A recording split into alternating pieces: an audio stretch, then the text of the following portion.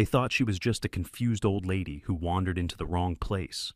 When Florence Jenkins stepped onto that grand stage clutching her violin, the director forced her to play, expecting embarrassment and laughter. "Let's see what Grandma can do," he mocked. But when the first notes flowed from her instrument, the smirks disappeared. No one expected what happened next, certainly not the man who had tried to humiliate her. Florence Jenkins brushed a wisp of silver hair from her forehead as morning light filtered through the thin curtains of her modest apartment in New York's Upper West Side. At 72, her hands still moved with remarkable precision as she prepared her morning tea, a ritual unchanged for decades. Her small living room was a testament to a life well lived, photographs in simple frames, books stacked neatly on shelves, and in the corner, a case gathering dust. She hadn't opened it in years, though her fingers still itched to do so some mornings. "Another day," she murmured to herself, glancing at the violin case. It had been her constant companion since childhood, through joy and heartbreak, triumph and loss. Florence had once played with promise and passion. Not professionally, life had taken her down a different path. She'd been a music teacher at an elementary school, inspiring children rather than audiences. Her husband Thomas, a kind man with a gentle smile, had always encouraged her talent, building a small soundproof space in their first apartment so she could practice without disturbing neighbors. "You play like your soul is speaking, Flo," he'd tell her, eyes closed as he listened from his favorite chair. But Thomas had been gone 5 years now. After his passing, the violin remained untouched, too painful a reminder of their evening concerts for one. As Florence finished her tea, a knock at the door interrupted her thoughts. It was Mrs. Rodriguez from apartment 3B, a vibrant woman in her 60s who had appointed herself as Florence's unofficial caretaker. "Did you see this?" Mrs. Rodriguez asked without preamble, waving a flyer in Florence's face. "The West Side Community Orchestra is holding auditions, open to all ages." Florence took the paper, scanning it with mild interest. "That's nice, Elena, but I haven't played in years." "Exactly why you should audition." Mrs. Rodriguez planted herself firmly on Florence's couch. "I've heard you, you know, before Thomas passed, through the walls sometimes." Florence felt a blush rise to her cheeks. "That was a long time ago." "Talent doesn't just disappear, Florence. Besides," Mrs. Rodriguez's voice softened, "what would Thomas say if he knew you'd locked away your music with his memory?" The question hung in the air, striking a chord Florence couldn't ignore.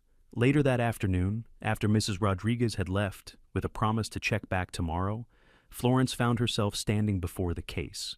With trembling fingers, she undid the latches and lifted the lid. There it was, her violin, still beautiful after all these years. She'd maintained it meticulously even when not playing, a habit ingrained from childhood. Florence lifted it carefully, feeling its familiar weight. Her fingers automatically found their places, muscle memory undimmed by time. She raised the bow, hesitated, then drew it across the strings. The first note wavered, uncertain. But as she continued, her confidence grew. Hour after hour she played, reacquainting herself with the instrument that had once been an extension of her own voice. By evening, Florence's fingers were sore, but her heart felt lighter than it had in years. She placed the flyer on her nightstand, Thomas's smiling photograph watching over it. "What do you think, Thomas?" she whispered. "One more performance for old time's sake." In the photo, his eyes seemed to crinkle with encouragement. Florence smiled, decision made. Tomorrow, she would register for the audition. What was the worst that could happen? The Westside Community Center bustled with activity as Florence pushed through its glass doors 2 days later. She clutched her violin case tightly, suddenly feeling out of place among the younger musicians who filled the lobby, instruments in hand, confidence in their posture. "Registration table's over there, ma'am," a young man with a clipboard directed her, barely looking up. Florence nodded her thanks and made her way through the crowd, catching snippets of conversation. "Did you hear Jennings is directing this season?" "Yeah, Anton Jennings, supposed to be brilliant but brutal." "I heard he made a cellist cry during the Midwest Symphony auditions." Florence hesitated. She'd read about Anton Jennings in the papers. Young, talented, and notoriously difficult. Known for his perfectionism and sharp tongue, he'd risen quickly in classical music circles, though opinions on his methods remained divided. At the registration table, A harried young woman looked up with surprise as Florence approached. "Oh, hello there. Are you here for someone?" "I'm here to audition," Florence said, straightening her shoulders. The woman blinked.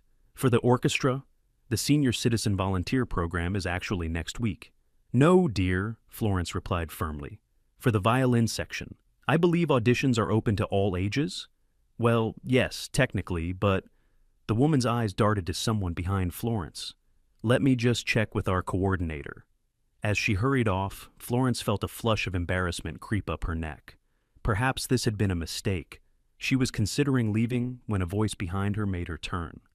"Leaving already? Without giving us a chance to hear you play?" A tall man with salt and pepper hair and keen eyes regarded her with unconcealed amusement. His tailored suit and commanding presence immediately identified him as someone in charge. "Anton Jennings," he introduced himself, not offering his hand. "And you are?" "Florence Jenkins." "Well, Mrs. Jenkins, what makes you think you're qualified to join my orchestra?" Several nearby conversations quieted as people turned to watch the exchange. "I've played violin most of my life," Florence answered, keeping her voice steady. "I taught music for 30 years. Jennings raised an eyebrow. "Teaching children, 'Mary Had a Little Lamb' hardly qualifies one for a serious orchestra." A few snickers rippled through the onlookers. Florence felt her cheeks burn, but held his gaze.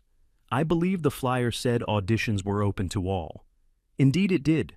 Administrative oversight." He sighed dramatically. "Very well. Fill out your form. Auditions begin in an hour. Don't expect special treatment because of your maturity." As he walked away, Florence heard him mutter to an assistant, "Find me the easiest rejection letter template."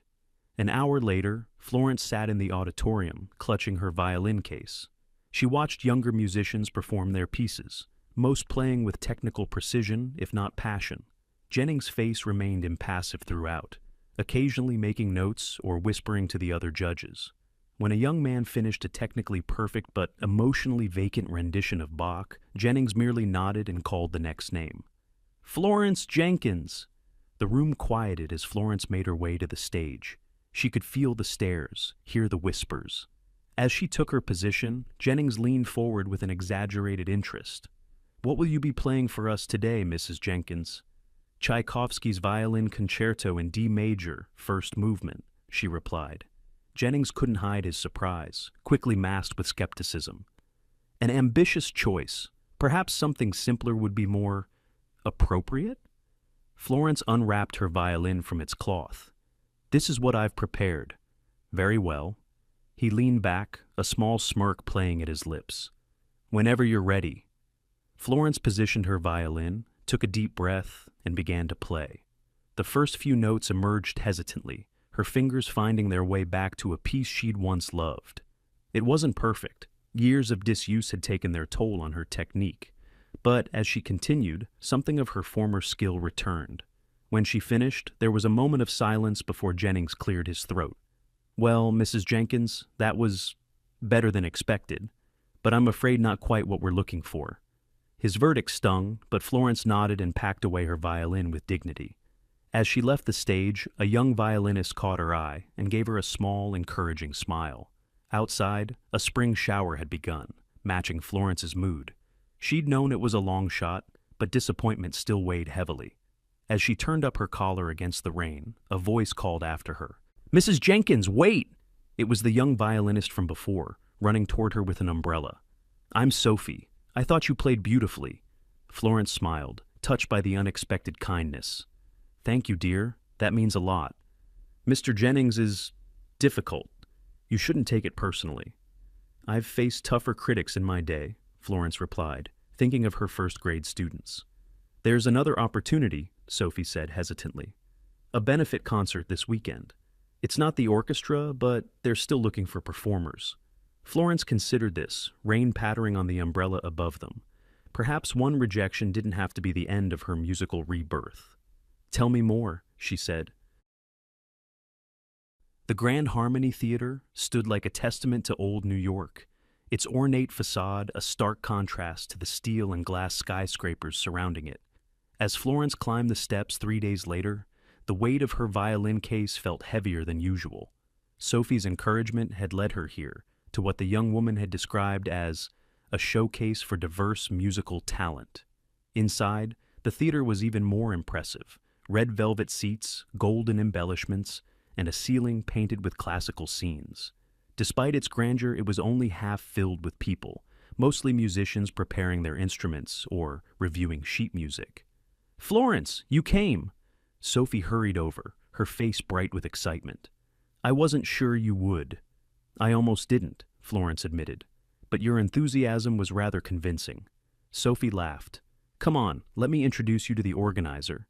As they made their way through the theater, Florence noticed the variety of musicians, young students, middle-aged hobbyists, even a few professional-looking performers. Perhaps she wouldn't stand out so much here after all. "That's strange," Sophie said, stopping suddenly. "Mr. Jennings is here?"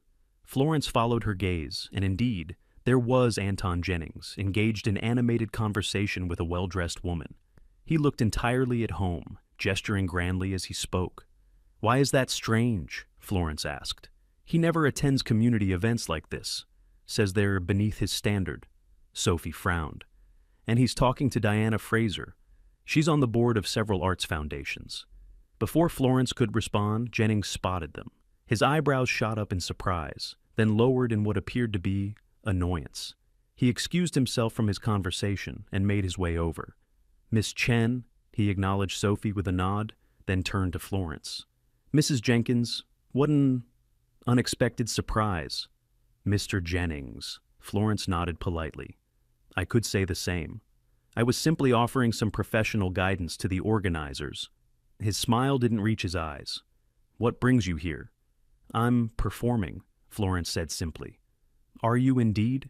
Jennings glanced at Sophie, who suddenly seemed very interested in her shoes.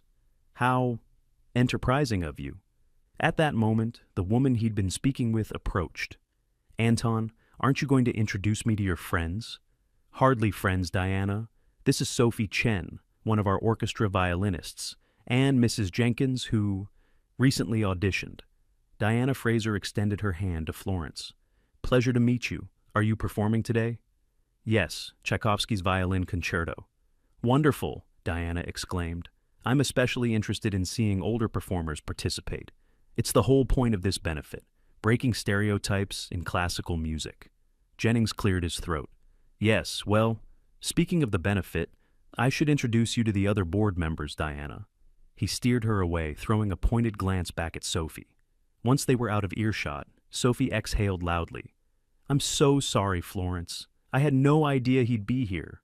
"It's fine, dear," Florence assured her, though she felt unsettled. Something about Jennings' presence seemed ominous. An hour later, Florence sat backstage, listening to the performances. The standard varied widely, some quite professional, others clearly amateurs playing for the joy of it. When her name was announced, she took a deep breath and walked onto the stage. The bright lights momentarily blinded her, but as her vision adjusted, she saw the audience, a respectable crowd of perhaps 200 people. And there, in the front row, sat Anton Jennings, next to Diana Fraser and other important-looking individuals. The master of ceremonies, a cheerful man in his 50s, addressed the audience. "Next, we have Florence Jenkins performing the first movement of Tchaikovsky's Violin Concerto in D major." Florence positioned her violin and nodded to the pianist who would accompany her. But before she could begin, Jennings' voice rang out. "Actually, I have a suggestion, if I may." The master of ceremonies looked startled but nodded. "Of course, Maestro Jennings." Rising from his seat, Jennings addressed the audience. "As you know, this benefit is about celebrating diversity in music. Mrs. Jenkins here represents our senior community." He turned to Florence with a smile that didn't reach his eyes. "But perhaps Tchaikovsky is a bit ambitious.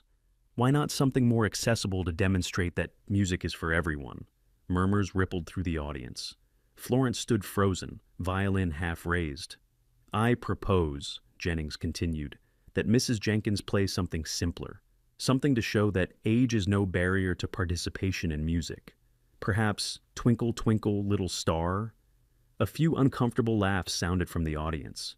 Diana Fraser looked confused, while Sophie, watching from the wings, appeared horrified. After all, Jennings added, we want to set our performers up for success, not failure. The implication was clear. He was setting her up to be the comic relief, the old woman pretending to be a serious musician. Florence felt heat rise to her face as all eyes turned to her. The master of ceremonies looked uncomfortable. Mrs. Jenkins, would you prefer to change your piece? Florence stood still, gripping her violin, the weight of the moment pressing down on her. This was no longer about music. It was about dignity. Florence stood on the stage, the spotlight harsh against her skin, making the fine lines on her face more pronounced. The theater had fallen into an uncomfortable silence after Jennings' suggestion. She could feel the weight of hundreds of eyes on her, some pitying, others curious, a few even anticipating the spectacle of her humiliation. Her hands trembled slightly as she lowered her violin. For a moment, she considered walking off the stage. It would be easier than facing this deliberate attempt to make her a laughingstock. "Well, Mrs. Jenkins," Jennings prompted, his voice carrying an edge of triumph. "Surely Twinkle Twinkle is more your speed." In that moment, Florence's mind traveled back decades. She was 16 again, standing in her teacher's studio, frustration evident on her young face. "I can't play this piece," she had said, lowering her violin in defeat. "It's too difficult." Her teacher, Mrs. Abramson, a formidable woman who had escaped Europe before the war, had fixed her with a stern gaze. "The moment you decide what you cannot do, you make it true. Is that what you want, Florence? To be defined by what you fear rather than what you love?" The memory faded, but Mrs. Abramson's words remained.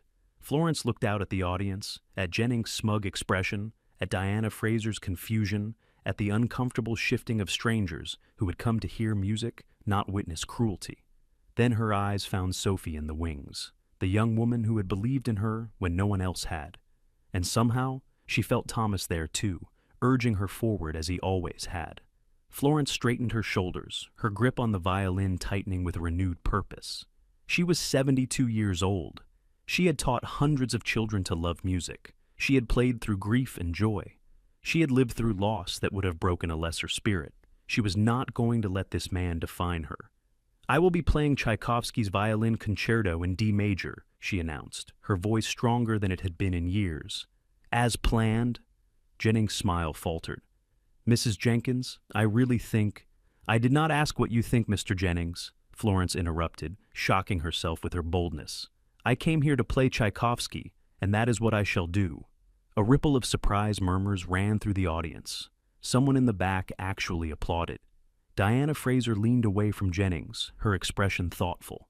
Florence raised her violin once more, positioning it against her shoulder. She nodded to the pianist, who had been watching the exchange with wide eyes. "Ready when you are," Florence said softly. As the pianist began the introduction, Florence closed her eyes, letting the familiar notes wash over her. When the moment came for her entrance, she drew a deep breath. It was time to remind them, and herself, of who she truly was. The first notes flowed from Florence's violin like water breaking through a dam, tentative at first, then with gathering strength and assurance. The Tchaikovsky Concerto began with a gentle introduction, the violin floating above the piano, accompaniment with a sweet, melancholy tone. Florence's initial nervousness melted away as muscle memory took over. Her fingers found each note with increasing confidence, her bow arm remembering the weight and pressure needed for each phrase. The decades fell away, and she was simply a musician again, speaking through her instrument. As the introduction concluded and the main theme emerged, Florence felt something shift within her. This was no longer about proving Jennings wrong or salvaging her dignity. This was about the music, the reason she had first picked up a violin as a child, the joy that had sustained her through life's hardships. Her playing transformed. Notes that had been merely correct became expressive. Phrases that had been carefully constructed now breathed with life. The technical challenges that had seemed daunting during practice now flowed from her fingers with natural ease. In the audience, the initial pity and discomfort gave way to surprise, then to genuine attention. People who had been checking their watches or scrolling through phones now sat forward, watching the elderly woman whose silver hair gleamed under the stage lights as she played with unexpected passion and skill. Diana Fraser's expression had shifted from polite interest to genuine absorption. Beside her, Jennings sat rigid, his smug smile long gone, replaced by tight-lipped disbelief. He had expected a fumbling rendition at best, a complete breakdown at worst. Instead, he was witnessing artistry.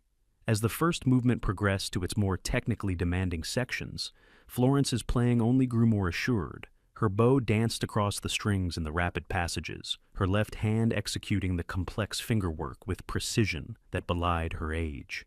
When she reached the cadenza, the extended solo section that showcased the violinist's technique and musicality, a hush fell over the theater. This was the moment of truth, the section that separated hobbyists from true artists. Florence paused for the briefest moment, then launched into the cadenza with fearless abandon. Her violin sang and soared, whispered and cried out, the notes cascading like a waterfall in the most difficult runs. In the wings, Sophie stood transfixed, her hand pressed to her mouth. This was not the same woman who had played at the audition, competent but hesitant. This was a true violinist, one who understood not just the notes, but the heart of the music. As the cadenza reached its climax, Florence swayed slightly with the intensity of her playing, her eyes closed, completely lost in the music. When she rejoined the pianist for the final section of the movement, there was an electric energy in the theater. The audience sensed they were witnessing something extraordinary, not just a good performance, but a triumph of spirit. The final notes rang out, clear and true, fading into a moment of profound silence. Florence lowered her violin slowly, her breath coming in quick, shallow gasps from the exertion. For a heartbeat, the theater remained absolutely still. Then it erupted. The applause began in the back and rolled forward like a wave, gathering strength as it came. People rose to their feet, their faces alive with genuine appreciation. Some wiped away tears, moved by the unexpected beauty they had witnessed. Florence stood stunned by the response. After so many years away from performing, she had forgotten the power of this connection between musician and audience, the shared moment of emotion that transcended words. Diana Fraser was on her feet, applauding enthusiastically. Several other board members followed suit, their faces alight with appreciation. Only Jennings remained seated, his expression a complex mixture of shock and something that might have been grudging respect. From the wings, Sophie beamed, clapping until her hands hurt. The master of ceremonies returned to the stage, his earlier discomfort replaced by genuine enthusiasm. "Ladies and gentlemen, Florence Jenkins," he announced as the applause continued unabated. Florence managed a small bow, overwhelmed by the response. As she straightened, her eyes met Jennings across the footlights. For a moment, they regarded each other, the young maestro who had tried to humiliate her, and the elderly woman who had proven him spectacularly wrong. Then Florence smiled, not in triumph or gloating, but with the simple satisfaction of someone who had remembered her own worth. The applause showed no signs of diminishing. People who had come to the benefit out of obligation or to network were now standing, moved by something authentic in a world often dominated by pretense. Florence took another bow, tears pricking at the corners of her eyes. In that moment, she knew that regardless of what came next, she had reclaimed something precious, not just her music, but her voice. Backstage was a flurry of activity as Florence made her way through a crowd of musicians and staff, many stopping to congratulate her. The simple exit she had imagined, slipping away quietly after her performance, was clearly not going to happen. "Florence, that was incredible!" Sophie embraced her, practically bouncing with excitement. "I knew you could play, but that was... "Thank you, dear," Florence said, still feeling somewhat dazed by the experience. "I'm a bit surprised myself." Before Sophie could respond, a small group approached them, led by Diana Fraser. Her elegant attire and confident bearing marked her as someone accustomed to influence, but her expression was warm and genuine. "Mrs. Jenkins, I simply had to speak with you," Diana said, extending her hand. "Your performance was extraordinary. Why haven't we seen you on New York stages before?" "Life takes us on different paths," Florence replied simply. "I taught music rather than performed it." "What a loss for the concert world," Diana said. "But what a gain for your students." The conversation was interrupted as Anton Jennings approached, his expression carefully neutral. The small crowd around Florence parted, tension suddenly thick in the air. "Mrs. Jenkins," he said stiffly. "An unexpected performance." Florence met his gaze steadily. "Thank you, Mr. Jennings." An uncomfortable silence stretched between them. Everyone watched, waiting for what would come next. Finally, Jennings cleared his throat. "I may have misjudged your abilities." It wasn't quite an apology, but from a man like Jennings, it was significant. Florence nodded, accepting the closest thing to amends he was likely to offer. "We all misjudge sometimes, Mr. Jennings, even ourselves." Diana stepped forward, breaking the tension. "Mrs. Jenkins, I'm the director of the Winter Arts Foundation. We sponsor several community music initiatives, including a mentorship program for young violinists. After what I witnessed today, I would be honored if you would consider taking on a teaching role with us." Florence blinked in surprise. "Teaching again? At my age?" "Especially at your age," Diana insisted. "These young musicians need to learn from someone who understands that technique. Without heart is just noise. You demonstrated that beautifully today." As Diana outlined the opportunity, Florence felt a familiar spark reignite, the same joy she had felt when guiding young hands on tiny violins, watching understanding bloom in eager eyes. Later that evening, as Florence unlocked the door to her apartment, she felt both exhausted and energized. The violin case in her hand no longer felt like a burden of the past, but a bridge to the future. On her side table, Thomas's photograph seemed to smile with particular warmth. She set her violin beside it and touched the frame gently. "You were right all along, Thomas," she whispered. "The music never really left me." As she prepared for bed, Florence realized something had fundamentally changed. She had walked onto that stage as a woman defined by her past, by loss, by missed opportunities, by others' perceptions. She had walked off as herself, Florence Jenkins, violinist, teacher, a woman of 72, with music still to share and life still to live. Tomorrow would bring conversations with Diana about the teaching position, perhaps even another performance opportunity. But tonight, as Florence drifted toward sleep, she was simply content with the knowledge that some talents never fade, and it's never too late to reclaim your voice. If this story touched your heart, remember that talent and dignity have no age limit. Have you ever witnessed someone defy expectations like Florence did? Share your thoughts in the comments below. We'd love to know where you're watching from and hear about the Florence Jenkins in your own life. Subscribe for more stories that celebrate the triumph of the human spirit against all odds.